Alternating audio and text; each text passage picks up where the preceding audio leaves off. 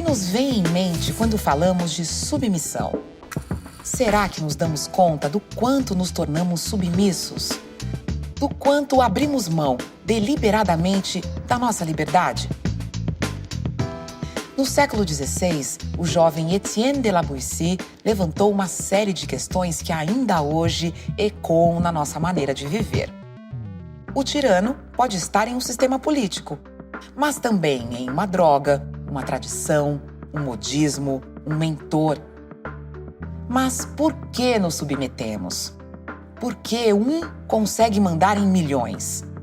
Servidões voluntárias e involuntárias, a quem nos entregamos depois de conquistar a liberdade? Tema desta série do Café Filosófico. Numa só coisa, estranhamente, a natureza se recusa a dar aos homens um desejo forte. Trata-se da liberdade. Um bem tão grande, tão aprazível, que perdida ela, não há mal que não sobrevenha. E até os próprios bens que lhe sobrevivam perdem todo o seu gosto e sabor corrompidos pela servidão. A liberdade é a única coisa que os homens não desejam. E isso por nenhuma outra razão, julgo eu, senão a de que lhes basta desejá-la para a possuírem. Como se recusassem conquistá-la por ela ser tão simples de obter. O que pensamos ser a liberdade e por que lutamos por ela? Por que a liberdade fascina tanto? Por que este é um conceito tão importante? E por que é que algumas pessoas veem na liberdade uma ameaça a ponto de quererem destruí-la? Bom, antes de mais nada, em qualquer dicionário filosófico, nós vamos encontrar algumas definições. E podemos partir do pressuposto de que a liberdade ela é sedutora, pois ela dialoga com 3 aspectos. O primeiro, a liberdade, ela expressa um desejo. A liberdade é um desejo das pessoas se autodeterminarem, das pessoas fazerem as suas escolhas, percorrerem os seus caminhos sem maiores cerceamentos. Um segundo ponto é reconhecer que a liberdade é uma necessidade. A liberdade ela é necessária para que as pessoas possam realizar efetivamente o que creem ser as suas potencialidades. E com isso, as pessoas vão, muitas vezes, nesse aspecto da condição da necessidade da liberdade, vão atrelar-se a um plano mais amplo, pela política, um plano mesmo metafísico, religioso, ou até num plano estético. E um terceiro aspecto, a liberdade é uma escolha. A liberdade, nesse campo, ela se localiza como um espaço finito, no qual você tem que pensar dentro de certos âmbitos, dentro de certos limites, quais são as minhas escolhas possíveis.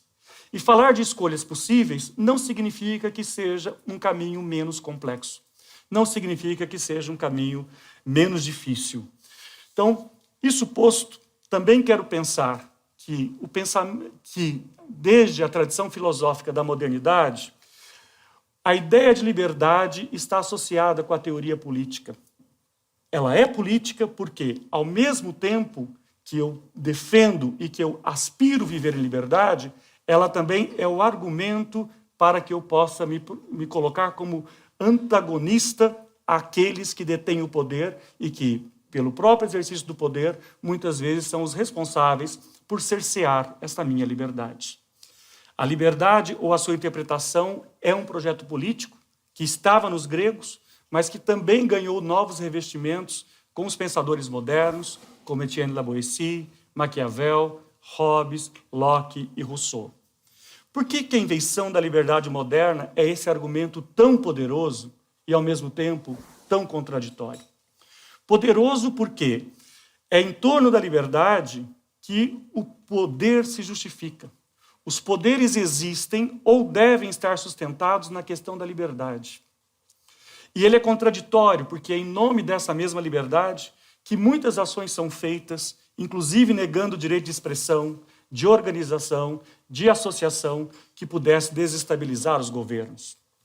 Em suma, a liberdade ela não é única e muitos dos seus inimigos dissimulam ser seus defensores.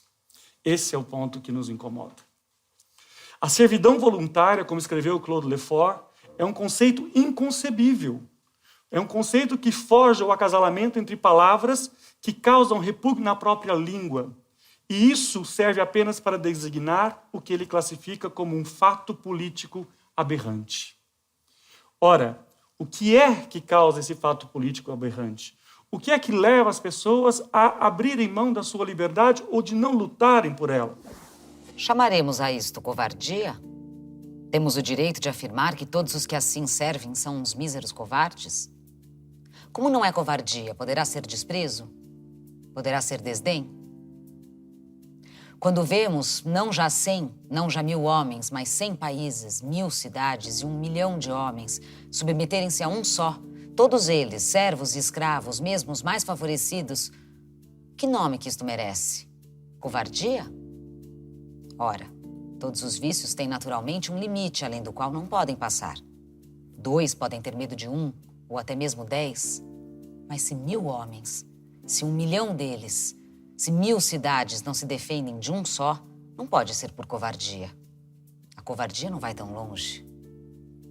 Da mesma forma que a valentia também tem os seus limites. Um só não escala uma fortaleza, não defronta um exército, não conquista um reino. Que vício monstruoso, então, é esse que sequer merece o nome vil de covardia, que a natureza nega ter criado e que a língua se recusa a nomear? O fato político aberrante é que não estamos dispostos nem mesmo a lutar pela liberdade. É isso que incomoda tanto no argumento de La Boétie. Recuperando um pouco mais na antiguidade, voltamos a Platão. Na República de Platão, portanto, nós estamos falando da passagem do século V para o século IV a.C., há uma teorização sobre as formas de governo, sobre o modo de viver na cidade justa e feliz.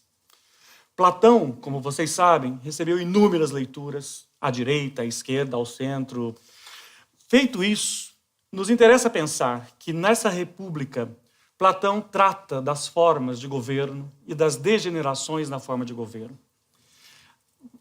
Ao explicar os que negam a liberdade, ele faz uma crítica radical à democracia. Claro que a democracia para Platão não é a mesma, nem tem o mesmo sentido e nem a mesma concepção no mundo grego do que a nossa. Mas, de qualquer forma, tem algumas coisas que nos servem como pistas. A democracia é criticada não por ela mesma, mas pelo que ela permite acontecer, a origem da tirania. Num diálogo que Sócrates está dialogando com Glauco, ele escreve: Pergunta Sócrates: porventura não é a ambição aquilo que a democracia assinala como bem supremo à causa da sua dissolução? Glauco: que bem é esse? A liberdade. Ora, em outro instante nessa mesma obra, Platão diz que a democracia é o mais belo dos regimes para quem olha de fora, mas ela expõe a população à emergência dos tiranos, que surgem para defendê-la quando, na realidade, eles são escravos de si mesmos.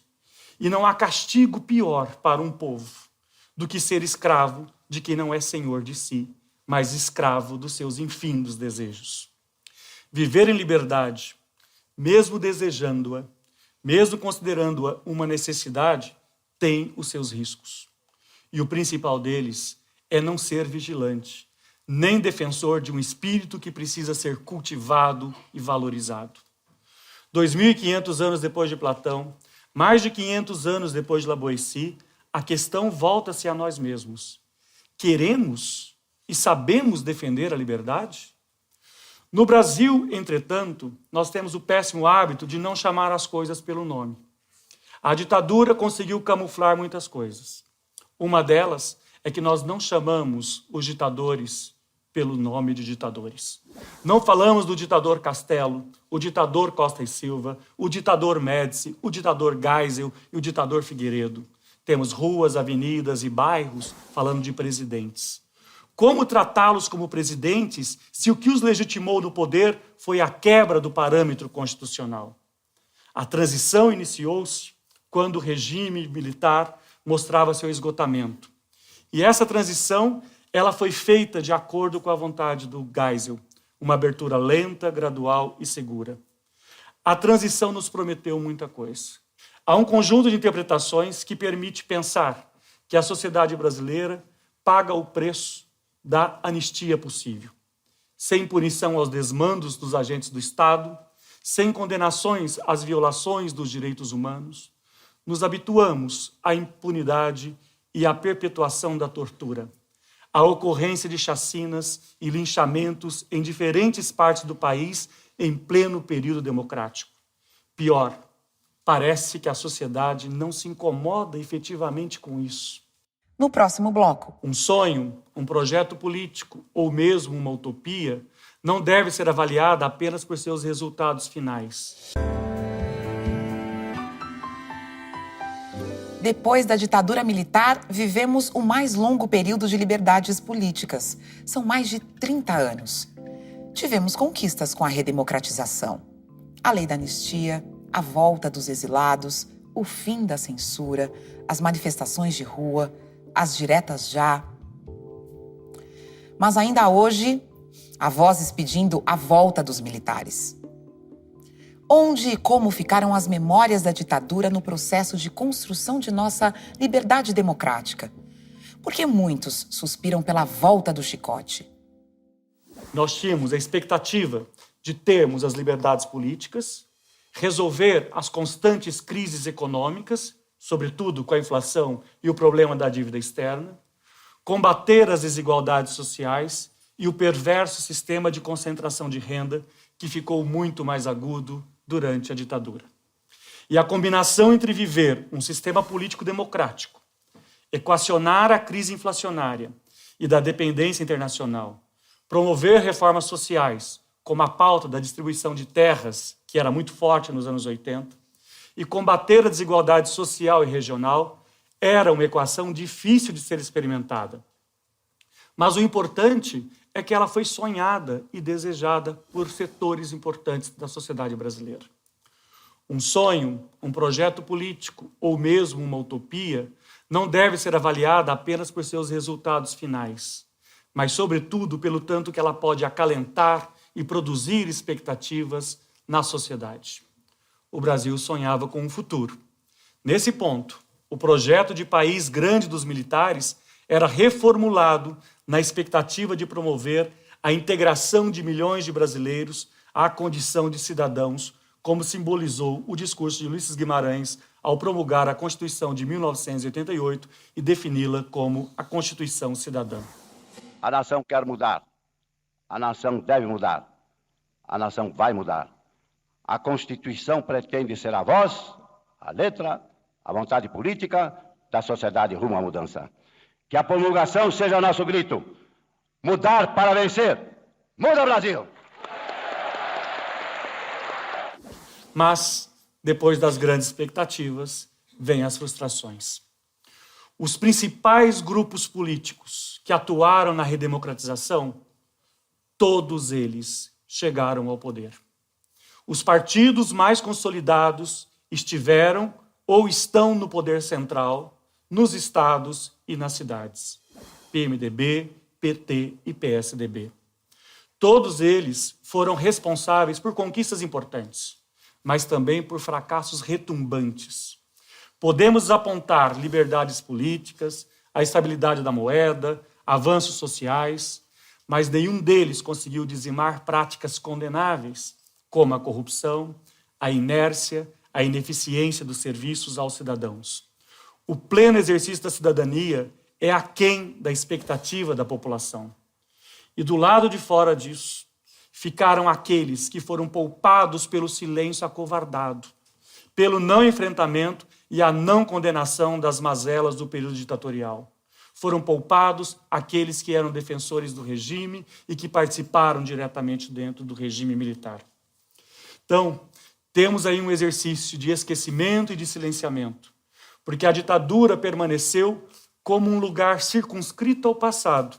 Os danos feitos a uma geração de pessoas, as vítimas que foram torturadas e aqueles, como indígenas e trabalhadores do campo, que foram mortos apenas, entre aspas, porque estavam atrapalhando os grandes projetos governamentais. E até recentemente, antes da Comissão Nacional da Verdade, sequer eram contabilizados como vítimas da ditadura. Mas o silêncio diante da truculência ditatorial não é total.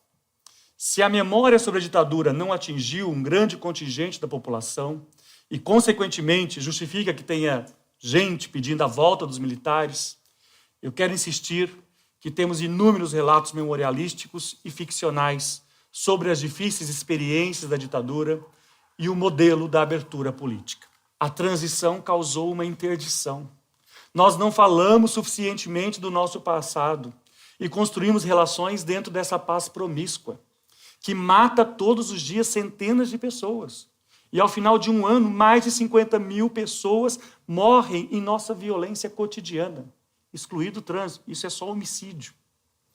E essa paz promíscua gerou também uma situação, inclusive no modelo político, onde a lógica do primeiro governo civil, a lógica dos governos de coalizão, levou a esse imbróglio onde é uma paz promíscua, onde vencedores e vencidos convivem sem saber muito bem por que convivem. O conto A Mancha, de Luiz Fernando Veríssimo, traz a história de Rogério, ex-exilado político torturado pela ditadura. Anos depois, de volta ao país, convive com familiares, alguns deles defensores da ditadura. Num churrasco, Rogério ouve de um amigo também ex-preso político. Houve uma guerra que a vizinhança nem notou. Mal ouviram os gritos. No fim da guerra, nenhum território tinha sido conquistado ou cedido. E vencidos e vencedores pegaram seus mortos e seus ressentimentos e voltaram para os seus respectivos países, que é o mesmo país. Mais estranho do que guerras que não resolvem nada é essa nossa paz promíscua. Vencedores e vencidos convivendo sem nunca saber bem quem é o quê. Outra passagem desse mesmo conto mostra uma conversa de Rogério, que agora mora em um condomínio com a sua filha. Não era este país.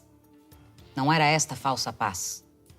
Eu nem conhecia sua mãe e já pensava em você e no mundo que eu queria lhe dar naquele tempo. Você não existia e já era a minha causa, a minha primeira causa. Não consegui.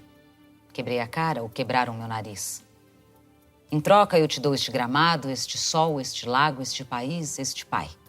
Todos artificiais, mas o que você vai fazer? A nossa paz em separado. O país verdadeiro, minha filha, fica do lado de fora da cerca.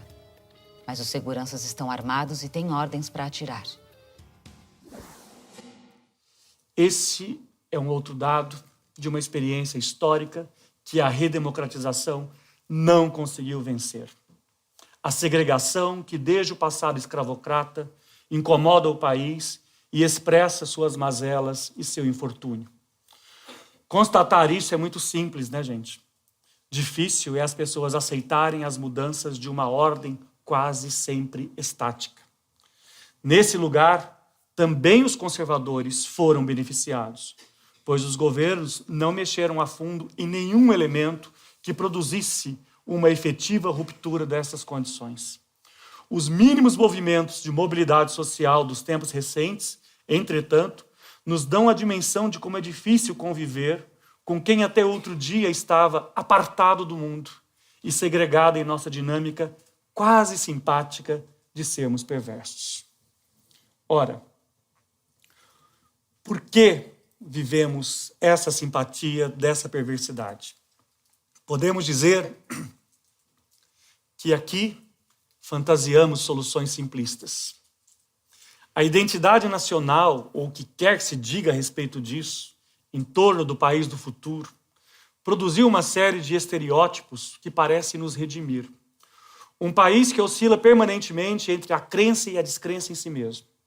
Quando qualquer coisa é errada, isso só acontece no Brasil, mesmo que aconteça em toda a parte do mundo, mas a gente fala, só acontece no Brasil. Mas dá um pouco de trela para a conversa, você vai ver, uma hora isso muda. Ora, é um ciclo, é numa conversa de minutos, as pessoas oscilam dessa passagem, dessa expectativa um tanto quanto ufanista e uma lógica extremamente decepcionada. E ainda esperamos a expectativa do olhar estrangeiro e das grandezas que tem no Brasil. A maior floresta, o melhor povo do mundo, as pessoas mais simpáticas e assim por diante. O que isso nos revela, gente? A dificuldade de conviver com processos e a aposta brasileira nas soluções imediatistas. Essa seara em que os defensores da ditadura ou do retorno dela estão inseridos. O país, nos dias atuais, não consegue reconhecer-se nem mesmo nos seus famosos clichês. Nós estamos passando por tempos minimamente curiosos. Nós temos o esgarçamento das relações, a expressão sem pudor de muitos ódios, e, em especial, do autoritarismo como sendo o discurso mais fácil e mais automático para resolver os impasses do momento atual. Lamento dizer, mas o autoritarismo não é a solução, mas ele é a ampliação dos problemas. A democracia, por mais difícil que ela seja, e lenta, ela ainda é o caminho e exige a sua defesa cotidiana, e não o silêncio e a cumplicidade com aqueles que querem destruí-la.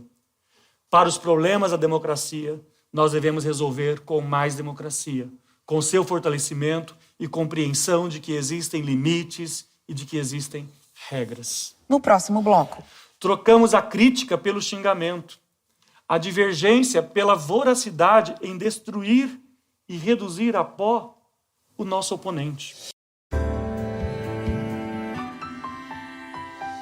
Nem sempre o tirano está personificado na figura de um ditador. Há mais tiranos entre o céu e a terra do que pode sonhar a nossa vã filosofia. Basta ver o que circula nas redes sociais. Há um discurso assustador no ar, que é o discurso da antipolítica.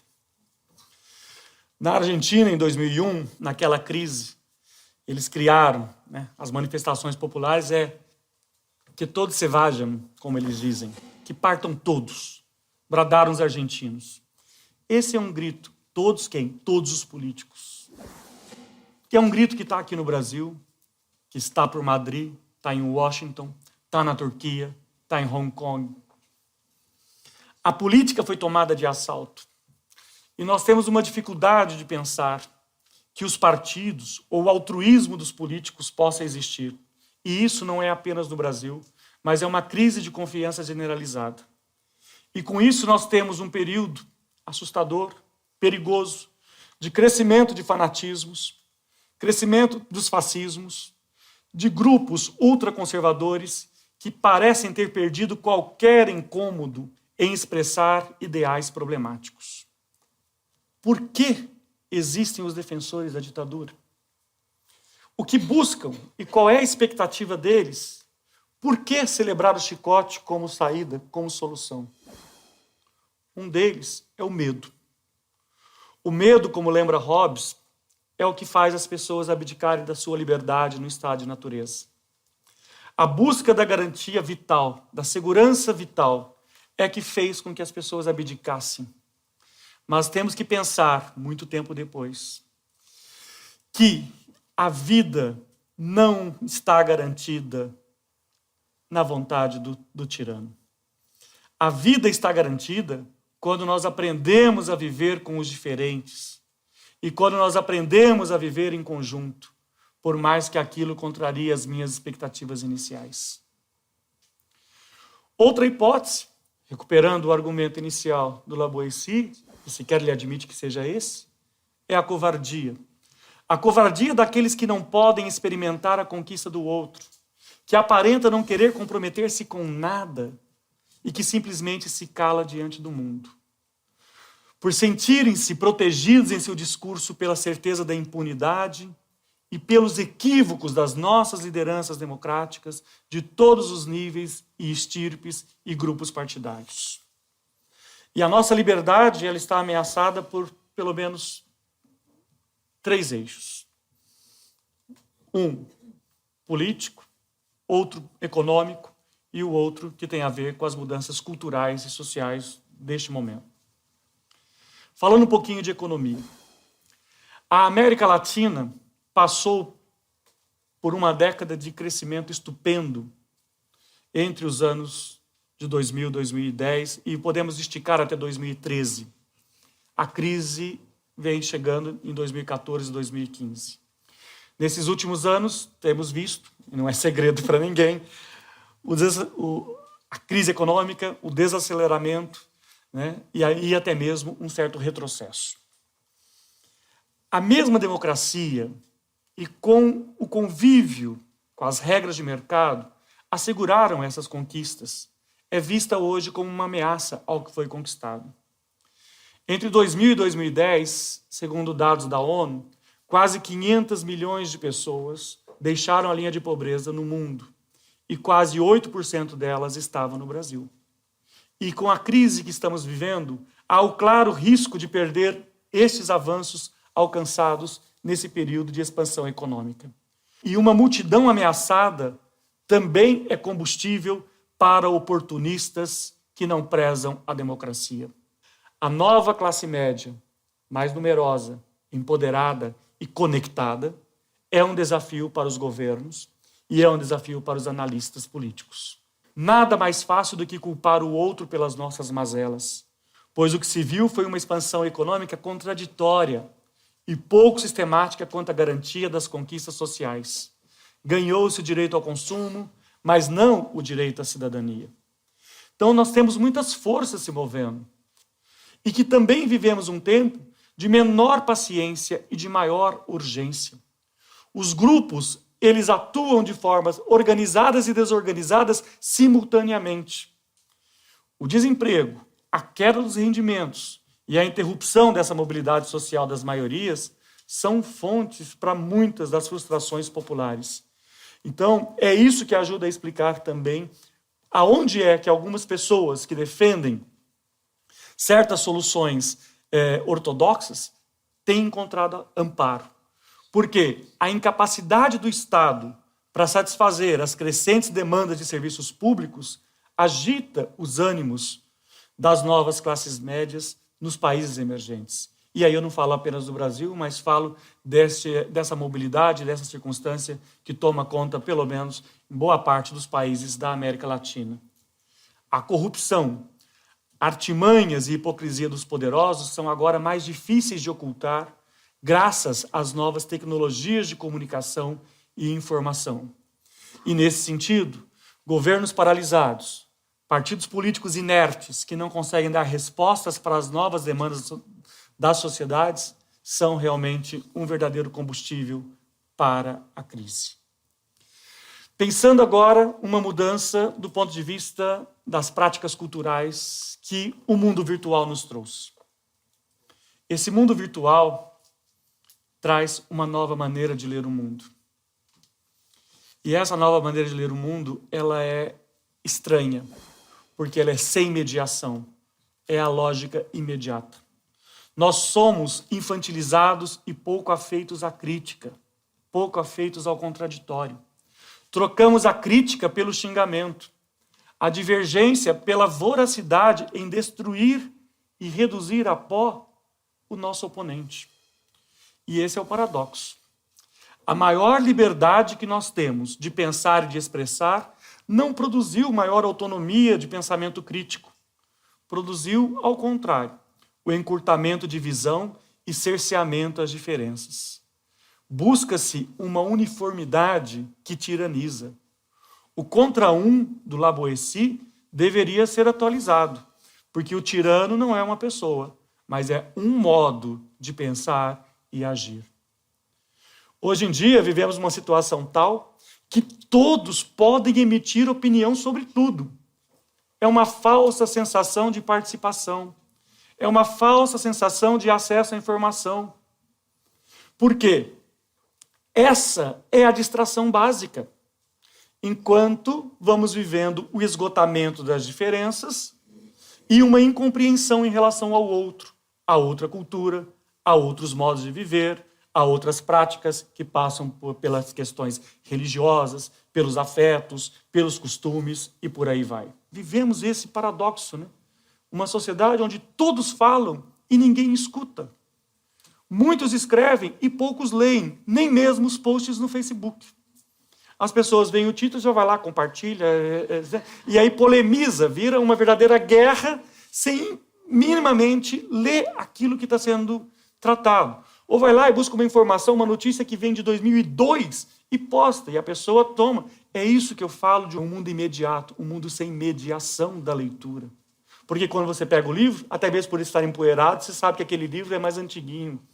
Aquela informação não é a informação que corresponde ao seu cotidiano. Nós passamos a ter, nos últimos anos, uma cisão onde o meu inimigo passou a ser o meu próprio colega de trabalho, o meu companheiro de bar. Nós estamos dentro de um espaço onde a diferença parece que não deve existir. Parece que eu tenho que destruir o outro. Parece que eu tenho que destruir a divergência. E a escolha parece ser sempre assim, ou eu ou você. Ora, onde foi que nós perdemos a possibilidade de conjugar a primeira pessoa do plural, o nós? Então, a experiência poderosa de se mostrar sem recalques, como as redes sociais nos trazem, sem superego, transcendeu as redes sociais e contribuíram para esse clima sombrio que nós estamos vivendo. E o risco que nós temos não é a sociedade polarizada. O problema é supor que um lado tenha que vencer e silenciar o outro. A invenção de inimigos ajuda a manter tudo como está. Agora, a democracia é conflito, isso não é novidade para ninguém. Mas ela também é produção de consensos. E é isso que essa perspectiva que nós perdemos. Liberdade de expressão não é liberdade de dizer qualquer coisa. Eu tenho que respeitar a dignidade humana. Eu tenho que respeitar o outro. Esse é um dos princípios basilares da convivência social. Agora, a gente não pode esquecer jamais que a sociedade brasileira foi e é marcada pela violência. Violência que vem desde os seus primórdios, contra os indígenas, contra os negros, contra os imigrantes, contra os diferentes. A cultura do ódio apenas amplia essa condição da violência. E o que a internet tem feito é potencializar essas tensões. E a internet, quero deixar bem claro, ela não é a culpada. Óbvio que não. Os culpados são aqueles que estão usando a internet para fazer isso. Porque ela é um meio que velozmente propaga todo tipo de coisas interessantes a delírios coletivos e algumas doses de insanidade que nós temos vivido. No próximo bloco. Os homens são o que fazem de si mesmo, disse o Sartre. Não é fácil eliminar um corpo. Uma vida é fácil. Uma vida é cada vez mais fácil. Mas fica o corpo como lixo. Um dos problemas dessa civilização. O que fazer com o próprio lixo? As carcaças de automóveis, as latas de cerveja, os restos de matanças. O corpo boia. O corpo vai dar na praia. O corpo brota da terra como na Argentina. O que fazer com ele? O corpo é como lixo atômico, fica vivo. O corpo é como plástico, não desintegra. A carne apodrece e ficam os ossos. Forno crematório não resolve. Ficam os dentes. Ficam as cinzas. Fica a memória. Ficam as mães. Como na Argentina. Por que não a ditadura? Por que não a volta do chicote? Por que não a tutela? Porque eu acho que nós já somos minimamente crescidinhos. E nós temos o direito a pensar e sermos donos do nosso nariz. Não queremos que se repitam as experiências traumáticas, dolorosas, extremamente marcantes que a ditadura nos deixou. Por que eu preciso ser livre? Eu quero pensar não como La Boétie, que eu entrego a liberdade, mas eu quero pensar que a liberdade é esta necessidade. E o desafio que nós temos de construir a liberdade implica também o desafio de pensar politicamente. Ou seja, eu sou capaz de atrair uma multidão que estava distante de mim pelo mundo virtual. O que acontece depois da passeata? Cada um volta para sua casa.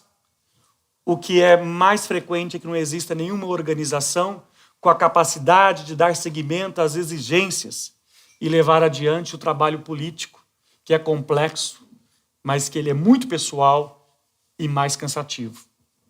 Não se constrói a defesa da democracia se nós não tivermos um contato mais humano, mais direto, e termos organizações capazes de fazer um trabalho político à antiga, cara a cara, todo dia. Por que o diálogo é tão poderoso? Porque eu não tenho a resposta prévia. O inesperado pode acontecer. E é nesse inesperado que eu posso convencer e ser convencido. É nesse lugar e é nesse espaço que eu tenho que expor as minhas convicções e também aprender a perceber os limites da outra pessoa. E não impor ao outro o que deve ser a minha vontade, o que deve ser a minha compreensão de mundo e a minha leitura de realidade. Em vários circuitos eu tenho escutado, né, e muitas vezes no circuito da rede social, que os que defendem o retorno da ditadura só o fazem porque faltou a eles aulas de história. Eu diria que os que pensam assim são otimistas. Vamos pensar no nazismo. Por que existem movimentos neonazis? Faltou ensino ou condenação àquele processo? Quantas obras foram produzidas por Hollywood? Teríamos enfrentado o mal ou teríamos contemporizado? O discurso da condenação ao nazismo não fez com que o assunto e que os grupos nazistas possam se constituir uma ameaça.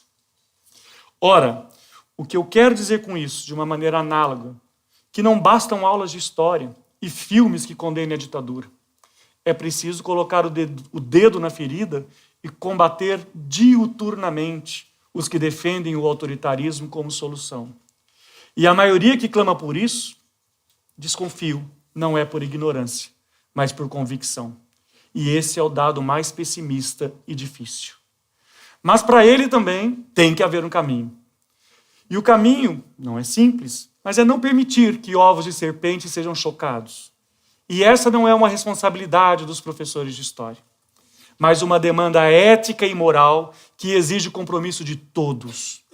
Por que lutar pela liberdade? Por que condenar os que defendem a volta da ditadura? Porque merecemos, porque desejamos e devemos nos comprometer com o viver na pluralidade, no compromisso ético e na liberdade. E eu acho, sinceramente, que isso é possível. Mesmo assim, temos uma questão. O que é mesmo a liberdade? Liberdade. Essa palavra que o sonho humano alimenta, que não há ninguém que explique, ninguém que não entenda. É um paradigma, na verdade, né? Porque cada vez mais que o tempo passa, a gente vê mais pessoas tendo acesso a meios de informação, expondo a sua opinião, e essa opinião cada vez menos carregada de reflexão. A reflexão exige tempo. E tudo que as redes não permitem é que você tenha tempo.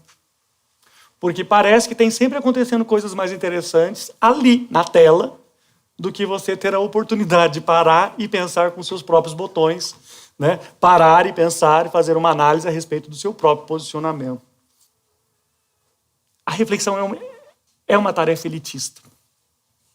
E ela sempre foi. A filosofia é elitista, né? Me perdoem os filósofos que pensam de uma outra forma, mas ela é. O comportamento de manada, ele é um dado porque as pessoas também querem poder... poxa vida, o que eu quero mesmo é ligar o meu rádio, dançar minha música, escutar o que eu quero para poder espairecer. Porque ela não quer estar de frente com ela mesma.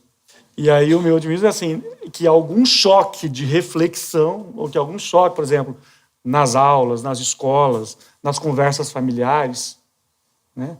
É que eu fico assustado quando um pai e uma mãe vê o filho bradando que vai resolver na porrada, né? E ele fala assim, é isso mesmo, né? Gente, por favor, né? Menos, né? É evidente que não. Agora, eu entendo que uma criança não tenha o campo da reflexão para poder controlar os seus instintos. Agora, eu não posso supor que um país onde a população já não é mais predominantemente jovem, um país que terá uma população cada vez mais envelhecida, um país que tem uma mudança, né, nas suas taxas demográficas, né, por faixa etária, esse país tem que ter tido tantas experiências e tantas vivências. E essas vivências, é isso que eu também quero insistir, são apenas 30 anos de democracia. E é muito pouco. E em 30 anos nós já passamos por tantas coisas. Não todas ruins, muitas coisas boas também. E eu acho que é isso que a gente tem que aprender.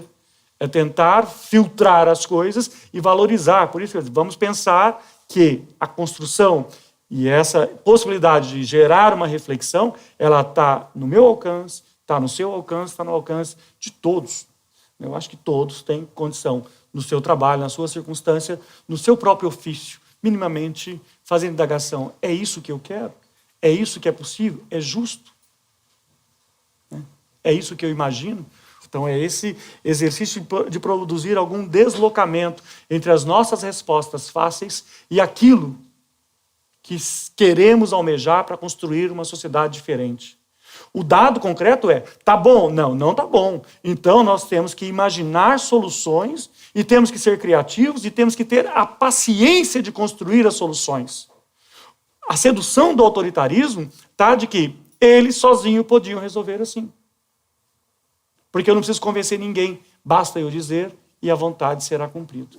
Você não acha que a liberdade é um processo? Porque a gente confunde liberdade com ter, com ser, com ideal. Eu acho que liberdade é um processo na vida de cada pessoa. Ela vai se descobrindo a liberdade para ela. Não existe um modelo, né? É um processo. E as pessoas vão descobrindo os seus próprios limites e vão se construindo nessa experiência da própria vida, né?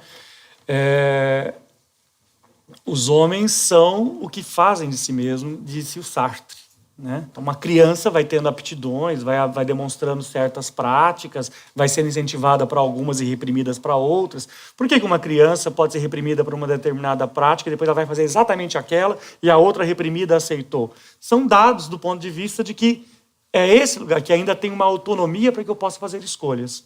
E esta autonomia vai dizer ou ajuda a gente a entender um tanto do que nós somos. E aí, como historiador, eu tenho que pensar, o fato de vivermos uma sociedade, um tempo específico, nos dá uma dimensão.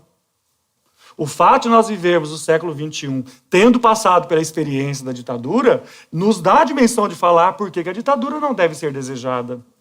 Né? Então é por isso que porque os homens também aprendem, não apenas no que ele vive pessoalmente, mas naquilo que ele viveu que outros grupos e outras sociedades experimentaram. Não que vamos todos repetir, ou que vamos todos evitar, mas teremos sempre este caminho. E aí eu concordo contigo, é um processo. Provavelmente, se eu perguntar a você se você se sente mais livre hoje do que quando você tinha 18, provavelmente as pessoas dizem que sim, mesmo que a fantasia seja a publicidade, ser jovem, né? O jovem faz tudo o que quer, a hora que quer, e parece-me, talvez não tenha tanta a clareza de que aquela liberdade, ou de que a liberdade era efetivamente a liberdade sonhada, ou a liberdade que ela podia usufruir permanentemente. Sem dúvida, se eu olho para trás, eu tinha menos compromissos aos 18 do que eu tenho hoje, né? Mas, ao mesmo tempo, eu também posso dizer que, por alguns critérios, eu posso fazer algumas escolhas, não todas. Eu queria que você discorresse um pouco sobre liberdade e ilusão. Eu posso dizer que, às vezes, tem uma certa idealização em torno da liberdade. E é nessa idealização que você possa chamar a atenção de uma certa ilusão.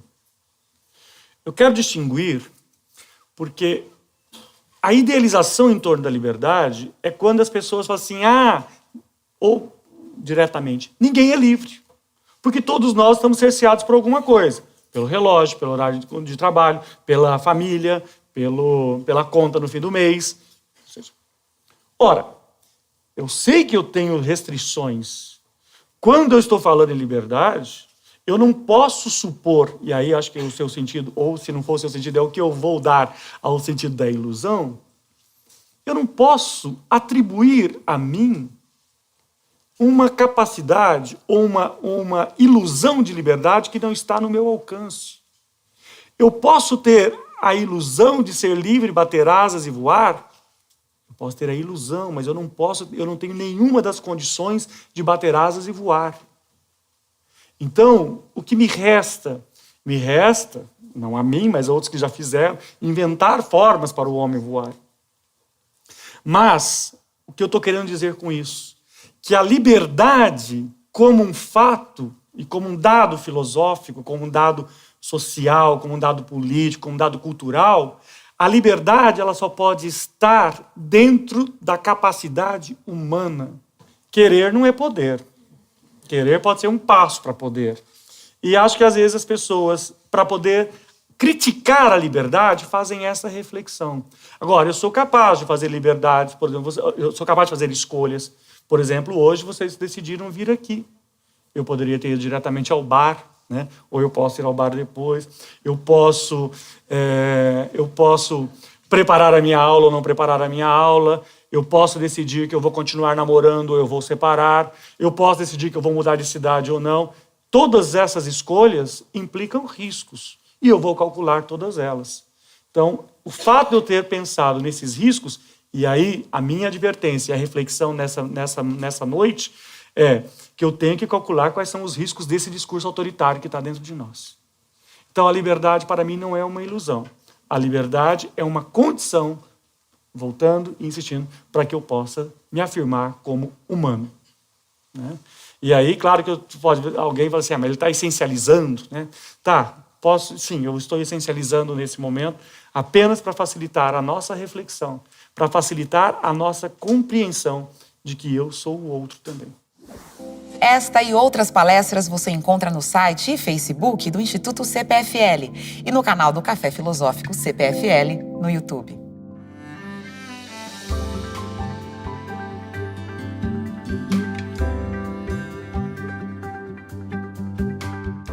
Eu só sou livre quando todos puderem viver e que todos puderem expressar-se de uma forma que a minha liberdade também esteja assegurada.